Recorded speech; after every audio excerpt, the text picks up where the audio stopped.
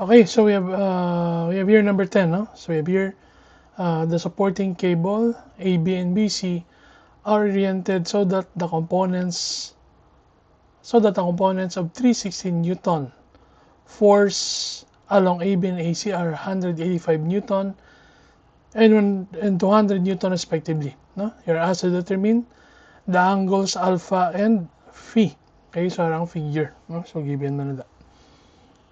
Okay, so we have to draw our vectors. Okay, first for cable AC.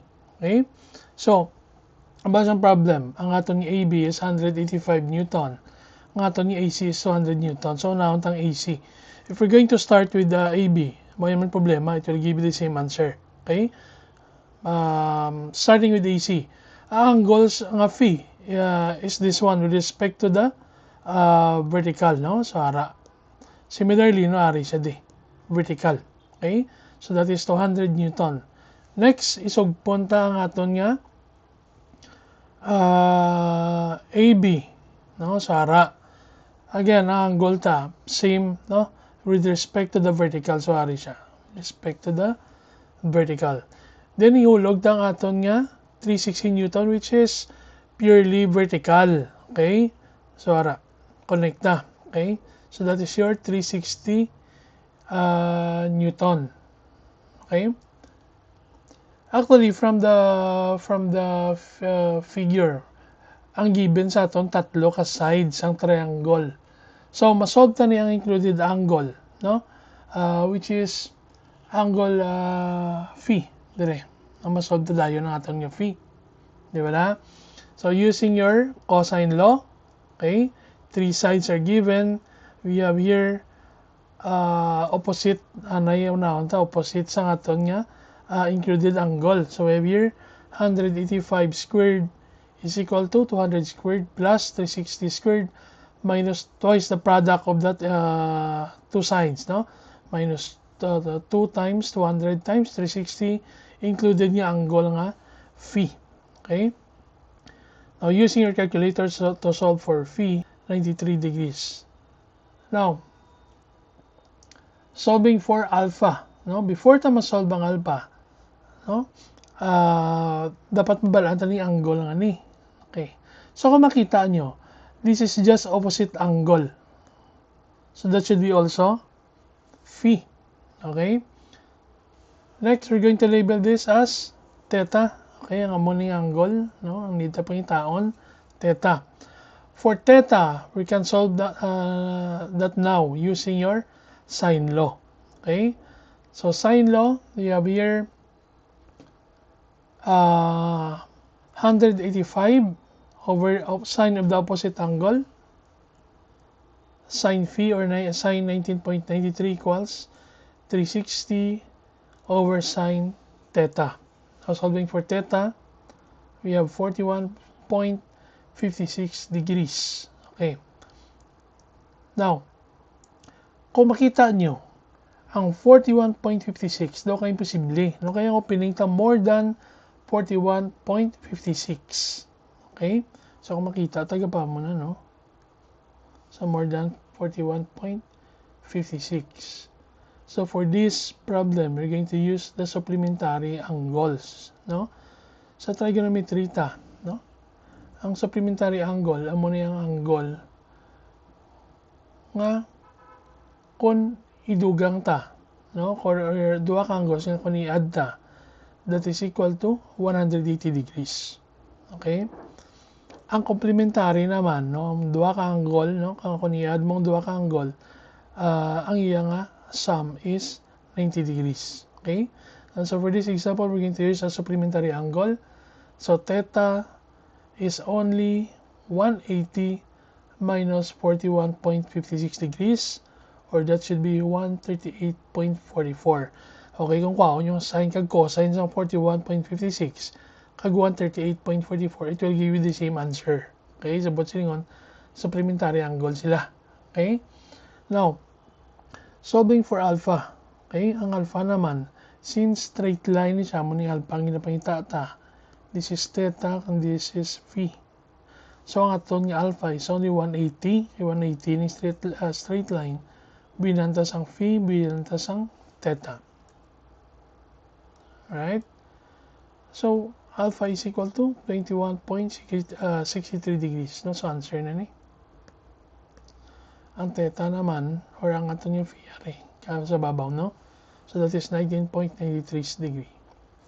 Okay, so here, problem number 11. We have the resultant of two forces has a magnitude of 650 pounds. You are asked to determine the direction of the resultant and the magnitude of P. Okay?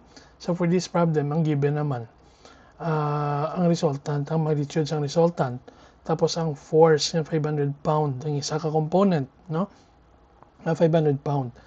Ang ginapakita ang isa ka, ang magnitude ng isa ka component P. Okay? Tapos, ang iyang direction sa aton nga resultant. Okay na? So, we'll start with our triangle, no? So, we have 500 pounds. Okay? Then, sugpunta ang P. Ang P is 60 degrees with respect to the vertical. So, arang P. Okay? 60 degrees with respect to the vertical. 60 degrees. Then, from the origin or from the start up to P, that would be our resultant. That is 650 degrees. Okay?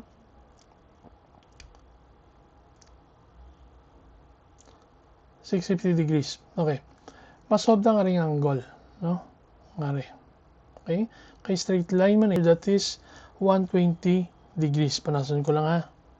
Okay. Harap. 120 degrees.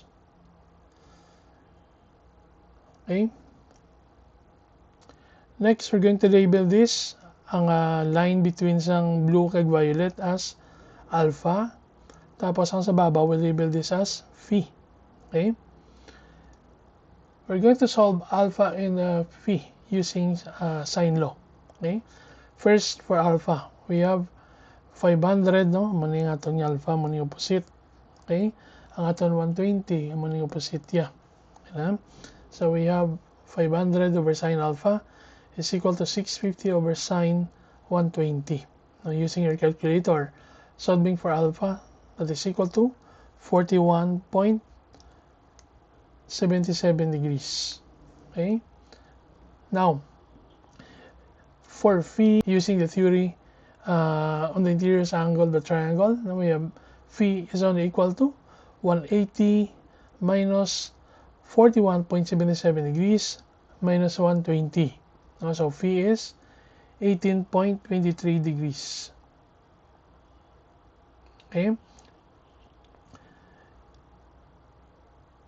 Now solving for P. No, P na lang kulang, no? Using sine law. Okay na? Kaya ang imo nga angle nga phi, no? Amo na sa ang imo nga direction sa imo nga resultant, no? Pero this time, diri ka halin sa may vertical.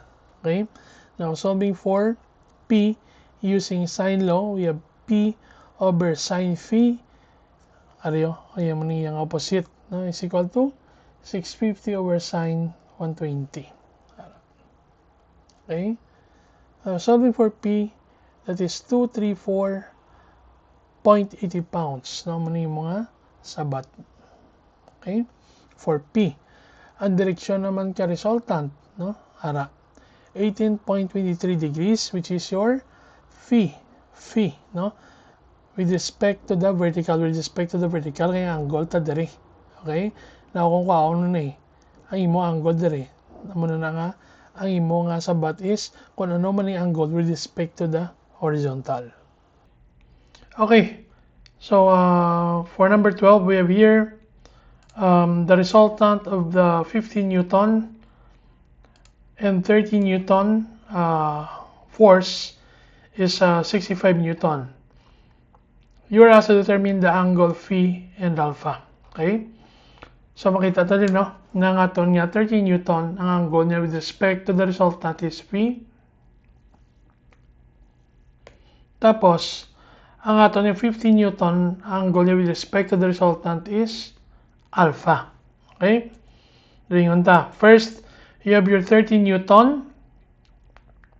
You have your 50 Newton, and then this is your resultant. Ang angle between sa 50 kag sa aton nga resultant, no, is your alpha. Kaya ra siya, no? Kung na-extend ta no, ari nga ito mo nga 50 mani mo nga resultant. So alpha man na di nasa sulod. Okay? So alpha man na. Okay? Next, ang ato naman phi is angle between your resultant and your 30 Newton. So arang phi. Okay? Ang angle between sa blue kag black nga side. Okay? We're going to call that as theta. Okay na? So ari sa theta. Now, if we're going to solve for theta, no, kung makita ta, so given ang tatlo ka side. So magamit ang law is cosine law. So we have 65 squared is equal to 30 squared plus 50 squared minus 2 times 30 times 50 cosine sa included yung angle nga theta. Okay? So solving for theta, that is 105.96 degrees. Okay? Since may isa na taka-angle ang yung mga phi kag alpha, tama na nakaposolbo na using your sine law. Okay? So, solving for phi, we have 50. Aring 50. Opposite angle is phi. Okay? Is equal to 65. Opposite angle niya is theta or your 105.96 degrees. Now, solving for phi, that is 47.70 degrees. So, answer na ni. Okay? Next, for your alpha, no? Sine law Japon. So, you have 30. Aring 30, amo na imo nga opposite angle sine alpha is equal to 65 over opposite angle nga sine 105.96 or your theta. Now, solving your calculator to solve for alpha, that is 26.34 degrees. So, answer na ni. Okay? Okay, so that's all the sample problem for module number 2. Now you have your plates. We have determined the magnitude of vectors v sub 1 and v sub 2 so that the resultant is a horizontal vector of magnitude 4 meters per second directed to the right. Okay, so 60 degrees, 30 degrees. Plate number 6, resolve the 30-60 Newton force into components along the cables AB and AC. Use use alpha equals 55 degrees and phi equals 30 degrees. So this should be 30 degrees. This one, 55 degrees. Number 6, determine the magnitude of vectors v sub 1 and v sub 2 so that the resultant is a horizontal vector of magnitude 10 meters per second directed to the right. This is 45. This one is also 45. Okay. So that ends our module number 2.